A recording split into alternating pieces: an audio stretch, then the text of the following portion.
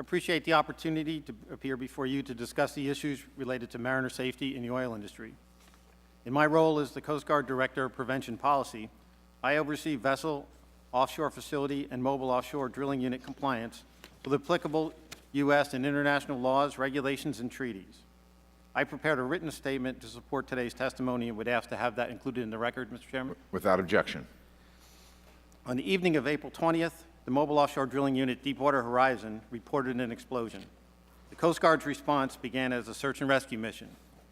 Within a few hours, 115 of the 126 crew members were safely rescued. Search and rescue continued over the next 3 days, but sadly, the remaining 11 crew members were never found. Before continuing, I want to express my heartfelt condolences to the families and friends of the 11 men who so tragically lost their lives. The safety of mariners operating in the U.S. waters, including the Outer Continental Shelf, or OCS, is paramount importance to the Coast Guard. To help ensure mariner safety, the Coast Guard coordinates with various federal agencies, including the Minerals Management Service and the Occupational Health and Safety Administration. With mariner safety as a primary driver, directly after the Deepwater Horizon incident, the Coast Guard, in partnership with MMS, issued a safety alert requiring operators on the OCS to carry out an immediate and extensive review of critical safety equipment and emergency procedures. There are 4 types of units which operate on the Outer Continental Shelf. They can be either U.S. or foreign flagged. These units are fixed and floating facilities, mobile offshore drilling units, also known as MODUs and rigs, and support vessels. Regardless of the flag of registry or the type of offshore unit, the Coast Guard assumes an appropriate enforcement role. In 2004, a memorandum of understanding between the Coast Guard and MMS delegated responsibility to MMS for ensuring worker safety on fixed Outer Continental Shelf facilities. In accordance with Title 33 of the Code of Federal Regulations in Subchapter N, prior to turning over the annual examination of these facilities to MMS, the Coast Guard carries out an initial inspection to ensure the facility is in compliance with applicable safety regulations. Additionally, in accordance with Title 30 of the Code of Federal Regulations, the 2 agencies work closely together to review concurrent regulations and to propose revisions as necessary to obtain appropriate levels of safety and keep pace with evolving offshore technology.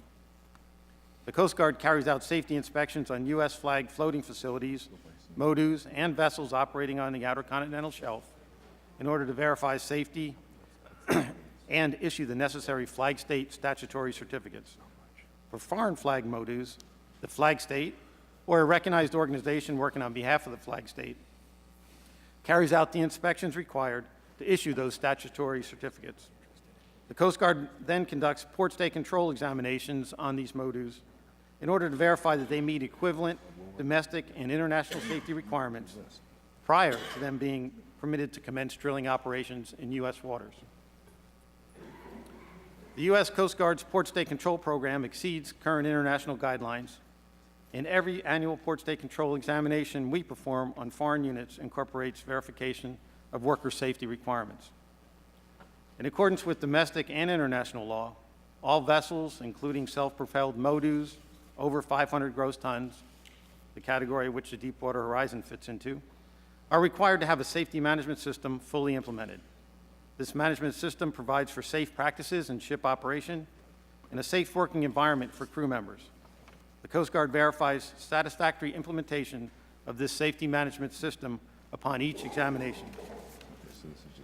The Outer Continental Shelf Lands Act grants the Coast Guard certain workplace safety authority on the OCS.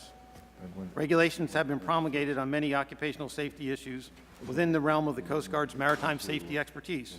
For example, life-saving, firefighting, and personal protective equipment. The Coast Guard standards for workplace safety on the Outer Continental Shelf are found in Title 33, Code of Federal Regulations, Subchapter N. Under a 1979 Memorandum of Understanding between the Coast Guard and OSHA, the agencies set forth procedures intended to avoid duplication while still retaining each agency's respective responsibilities. The Memorandum of Understanding emphasizes the Coast Guard's role as the principal federal agency in matter of safety and occupational health on the OCS. In closing, let me emphasize that the Coast Guard places the highest priority on the safety and health of all mariners operating on the U.S. Outer Continental Shelf. The Coast Guard and MMS are conducting a joint investigation of the Deepwater Horizon incident. The lessons learned from this investigation will be incorporated into revised guidelines to further enhance worker safety. The Coast Guard looks forward to continuing cooperation with MMS and OSHA to maximize safety and health protection of mariners working in the offshore oil industry and to avoid duplication of effort. Thank you again for the opportunity to testify today. I'll be pleased to answer any questions that you have.